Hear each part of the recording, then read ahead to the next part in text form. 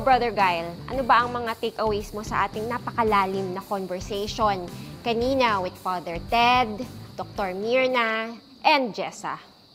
Importante din na matutunan na bawat isa ay magkakaroon ng pwede maging pag-asa at magdulot ng pag-asa din sa mga taong humahanap nito. Parang ganon. Kayo, Attorney Praise, ano naman po yung insights ninyo? Oo, napakaganda ng mga natutunan ko kanina, napakalalim nga at mabunga ang ating conversation. At alam mo yung sinasabi mo nga, di ba, it takes a village. Everybody can be a beacon of hope.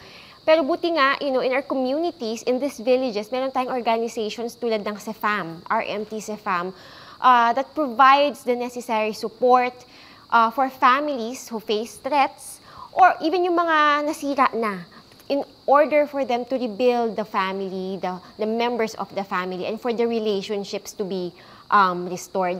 So we're really thankful for CEFAM and the different organizations. Talagang kumbaga through these organizations, nabavalue ang ating pamilya, ang mga pamilya. Kasi kung iisipin mo yung mga cybercrimes, yung mga scam online, yung mga cyber threats, hindi lamang naman ito doon nangyayari online sa internet. Platform lang yon. Pero, nagsisimula ito outside or offline. Doon sa mga kanya-kanyang tahanan, sa mga pamilya, sa kanilang mga relationship with each other, kung paano sila pinapalaki ng kanilang mga magulang, yung mga bata. Doon nagsisimula, doon nagkakaroon ng root, kung saan nagbubunga ito ng either maganda or yung hindi maganda, yun nga, na nagli-lead sa cyber threats or cyber crimes. Kaya, siguro ang take away natin dito, wag na nating hintayin masira pa ang pamilya. Instead, let us avoid these circumstances that would lead to the breakdown in trust, love, and nurturing in the family. Including dignity. Bawat isa sa atin ay may dignidad na dapat pangalagaan ng pamilya at hindi lang ng pamilya. Tayong mga may sarili nito.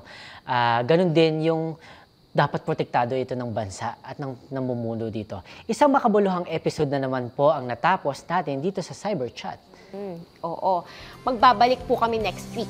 At mukhang iiwanan muna natin ng NCR. At aalamin naman natin ano ang kaganapan sa Mindanao sa ginagawa ng Cyber Guardians PH na consciousness raising program on cyberspace and cyber threats. Grabe, exciting yan kahit hindi ako kasama sa Mindanao. So maraming salamat po sa patuloy ninyong pagtangkilik sa amin. Kita-kits muli next week. Dito lamang sa Cyber Chat Season 3.